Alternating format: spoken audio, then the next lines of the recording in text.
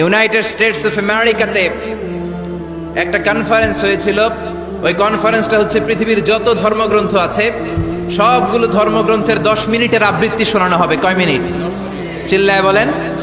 ওখানে গিয়েছে শ্রীমত ভগবত গীতা, গিয়েছে বাইবেল, ত্রিপিটক, দশাতীর, বেদ, পুরাণ, রামায়ণ, দীঘানিকায়া, ইয়াহবিস, সেকারডেটাল, টালমা, Torah, old testament, new testament, Zend Avesta এবং আল্লাহর কোরআনও। কোন সুবহানাল্লাহ। চীনের প্রাচীন ধর্ম কনফুসিয়াসের পাণ্ডুলিপি গিয়েছে। যারা আগুনকে পূজা করে, অগ্নি উপাসক, আগুন দেখলে নমস্তে নমস্তে গায়, তারাও গিয়েছে। 10 মিনিট করে সময়। এই কনফারেন্সের উদ্দেশ্য হচ্ছে এইটা চেক করা, in order to check which book, which recitation of the holy book is the most excellent recitation ever. কোন বইয়ের আবৃত্তিটা বেশি সুন্দর লাগে। 10 মিনিট করে সময়। সব ধর্মের ধর্মীয় কিতাবের শায়েকরা, গুরুরা, ধর্ম নানকরা আর ফাদাররা আর কারীরা বসেছে। বিচারকের সামনে 2টা বাটন, একটা গ্রিন বাটন, একটা রেড বাটন, একটা সবুজ বাতি, একটা লাল বাতি। আবৃত্তির সময় 10 মিনিট। চিল্লায় বলেন কয় মিনিট? সবুজ বাতিতে চাপ দিলে আবৃত্তি শুরু, রেড বাটনে চাপলে আবৃত্তি শেষ। প্রথমে ডাকা হয়েছে শ্রীমত ভগবত গীতা। 10 মিনিটের জন্য যে পড়তে শুরু করেছে, ওম নমো ভগবতী বাসুদেবায়। 10 মিনিট পড়েছে। পড়ার পরে বিচারক রেড বাটনে প্রেস করেছে, সময় শেষ, নেমে গিয়েছে। এরপরে ডাকা হয়েছে ত্রিপিটক, বিনয় পিটক, শাম পিটক, অভিধর্ম পিটক মিলে 3টা পিটক। এটা বৌদ্ধ ভাইদের কিতাব। এরা বলে ওম শান্তি, ওম শান্তি। আসলে মিয়ানমারে ওরা যা করছে ওদের বলা দরকার ওম অশান্তি, ওম অশান্তি। ওরা বুদ্ধাং শরণং গচ্ছামি, ধাম্মাং শরণং গচ্ছামি পড়তে পড়তে 10 মিনিট শেষ, চলে গেল। এরপরে ডাকা হলো দশাতীর, দশাতীরের ওরাও পড়লো।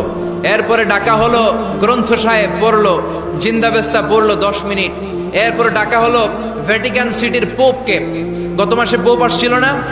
এই পোপের আগের পোপ, তাকে ডাকা হলো to recite the Holi Bible for 10 minutes. 10 মিনিটের জন্য বাইবেল পড়তে আসেন। উনি এসে ওনাদের বাইবেল পড়ে গেল 10 মিনিটের জন্য। ওনার বাড়ি হচ্ছে ভ্যাটিকান সিটিতে, ইটালির রোমের মাঝখানে স্বায়ত্তশাসিত একটা আলাদা দেশ আছে। ওইখানে শুধু পোপরা থাকে, যারা বিয়ে টিয়ে না করে খ্রিস্টানদের ফাদার, প্রোটেস্ট্যান্ট, অর্থোডক্স আর রোমান ক্যাথলিক, ওরা সেইখানে রাজ্য স্থাপন করেছে। গোটা বিশ্বের খ্রিস্ট ধর্মকে তারা চালায়। তারা 10 মিনিট সব ধর্ম গ্রন্থের আবৃত্তি এবং তেলাওয়াতের পরে সর্বশেষে মুসলমানদের ধর্মগ্রন্থ কোরআন আবৃত্তি করার জন্য ডাকা হয়েছে। এসেছে মিশরের কারি Abdul Basit ibne Abdus Samad. যারা ওনার তেলাওয়াত শুনেছেন দেখবেন উনি তেলাওয়াত করে আবার সময় নেয়, আধা মিনিট শ্বাস নেয়, আবার লম্বা দম নিয়ে তাল লয় নিয়ে টান দেয়, আবার পিছন থেকে টান দেয়। তাকে ডাকা হলো now the representative of Muslim community Abdul Basit ibne Abdus Samad will now recite the holy book Quran for 10 minutes. মিশর থেকে আসা মুসলিম জাতির প্রতিনিধি তাদের ধর্মগ্রন্থ কোরআন নিয়ে এবার 10 মিনিট তেলাওয়াত করবে। কয় মিনিট? উনি দাড়ি রাখেন না, ক্লিন শেভ, পাতলা একটা চাদর আর জুব্বা পরে চলে এসেছে মাইকের সামনে। এসে আউযু বিল্লাহি মিনাশ শাইতানির রাজীম বলে টান দিয়েছে। সময় কয় মিনিট? উনি সূরা ফাতিহা পড়তে সময় নিয়ে নিছে 13 মিনিট। শ্রীমত ভগবত গীতাওয়ালারা হাততালি দেয়, সময় শেষ, কোরআন গেছে। কিন্তু কি আজীব তামাশা, বিচারক তো লাল বাতি চাপে না। বিচারককে লাল বাতি চাপার বিষয়টা ভুলিয়ে দিয়েছে কে? কেউ যেটা পারে না সেটা পারে কে? আব্দুল বাসিত কয় এই তো সুযোগ পাইছি আমি। বিচারক যেহেতু লাল বাতি চাপে না, আমি আরেকটা সূরা ধরি। উনি কোরআনের সবচেয়ে সুন্দর সূরা, সূরা আর রহমান তেলাওয়াত শুরু করলেন। উনি উনার গলায় আল্লাহ যত সুর দিয়েছিলেন সব সুর, দরদ, আদর ঢেলে দিয়ে সুরের ঝংকার তুলে পুরো কনফারেন্সকে মাতিয়ে দিলেন। 15 মিনিট হয়ে যায়, বিচারক লাল বাতি চাপে না। 20 মিনিট, 25 মিনিট, 30 মিনিট হয়ে যায়, লাল বাতি চাপে না। এদিকে অর্গানাইজিং কমিটির প্রধান চেয়ার থেকে উঠে এসে বিচারকের গায়ে ধাক্কা দিয়ে বলে, এই man, what's the hell are you doing here? What's wrong with you? Why aren't you pressing the red button? লাল বাতি চাপোস না কেন? ওরে ধাক্কা দেওয়ার পরে বিচারক ভূত দেখার মতো চমকে উঠছে। কি? হ্যাঁ, লাল বাতি।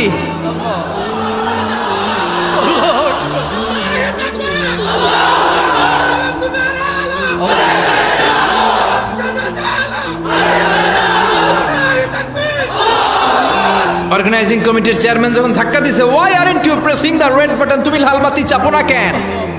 ভিমড়ি খেয়ে ওর লাফ দিয়ে কি, হ্যাঁ লাল বাতি নীল বাতি, কোন বাতি কোন বাতি? হুশ নাই, ওর হুশ নিয়ে গেছে কে? আবার যখন আব্দুল বাসেদের তেলাওয়াতের দিকে তাকায় আবার বেহুশ। না পেরে বিচারক দাঁড়িয়ে বলে, ও Abdul Basid ibne Abdul Samad, come from Egypt, there is no time limits for you, recite as much as you wish. ও আব্দুল বাসেদ, আজকের এই প্রতিযোগিতায় তোর জন্য তেলাওয়াতের কোনো সময় নাই, তোর যত মনে চায় তুই পড়ে যা।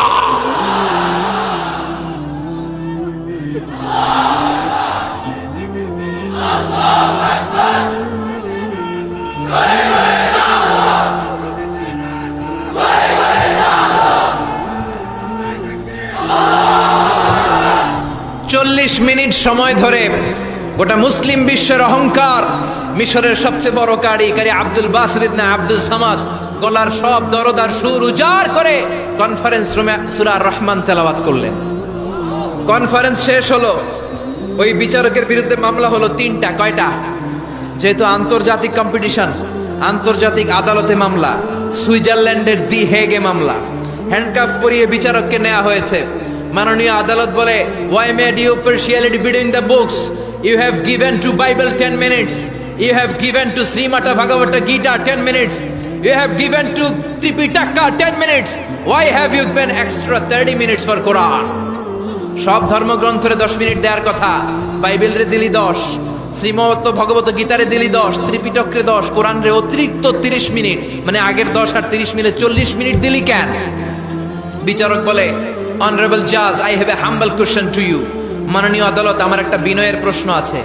আদালত তো টাসকি খেয়ে গেছে, কিরে আমার এবার প্রশ্ন করে কেন? বিচারক বলে, আমার প্রশ্ন হচ্ছে, বিচারক তো আমি নিজে হই নাই, জাজ তো আমারে আপনারাই বানাইছেন।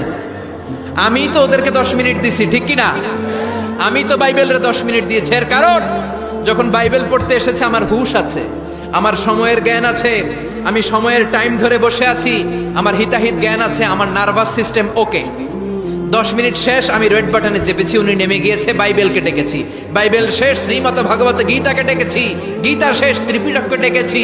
কিন্তু এই মিশরের কারি আব্দুল বাসেদ জুব্বা একটা পরে কোরআনটা হাতে নিয়ে মাইকের সামনে এসে কি যে বলে একটা টান দিল, ওই টান দেওয়ার সাথে সাথে আর আমার হুঁশ নাই। আমি কি সাগরের উপর, নাকি মহাশূন্যে, নাকি জমিনের অতল গহ্বরে? আমি কোথায় বসে আছি, আমি কোথায় দাঁড়িয়ে আছি, আমি নিজেই জানি না। আমার সময়ের কোনো জ্ঞান নাই, আমার হিতাহিত বুদ্ধি নাই, আমার নার্ভাস সিস্টেম ফল ডাউন করেছে, আমার শরীরে ভাইব্রেশন শুরু হয়েছে, কাঁপুনি শুরু হয়েছে। মাননীয় আদালত, যখন একটা মানুষের হিতাহিত জ্ঞান থাকে না, যখন একটা মানুষের সময়ে কোনো বিবেক বুদ্ধি থাকে না, যখন কারো নার্ভাস সিস্টেম ফল ডাউন করে, কি এক মন্ত্র সে পড়তে শুরু করলো, আমার হুঁশ সে কেড়ে নিল, আমি কিছুই বুঝতে পারছি না। যখন আমি আমার সাথে নাই, যখন আমার হুঁশ নাই, যখন আমার নার্ভাস সিস্টেম ফল ডাউন করেছে, এরকম একটা পরিস্থিতিতে যখন আমি medically unfit, how can I press the red button? You answer me. কেমন করে আমি লাল বাতি চাপবো তুমি বলো?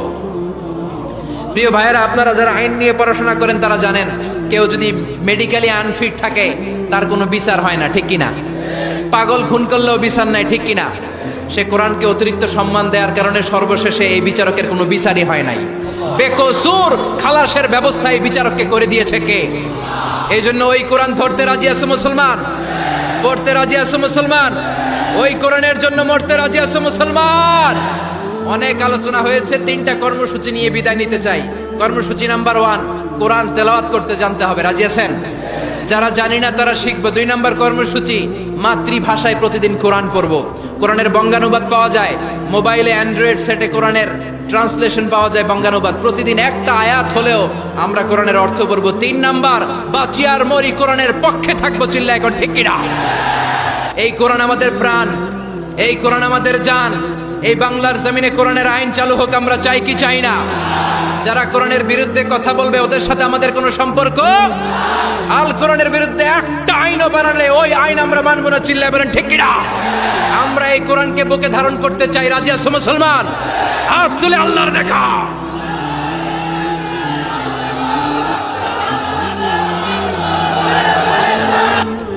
আল্লাহ আমাদের সবাইকে কথাগুলো বোঝার ও আমল করার তৌফিক দান করুক, আমরা বলি আমিন।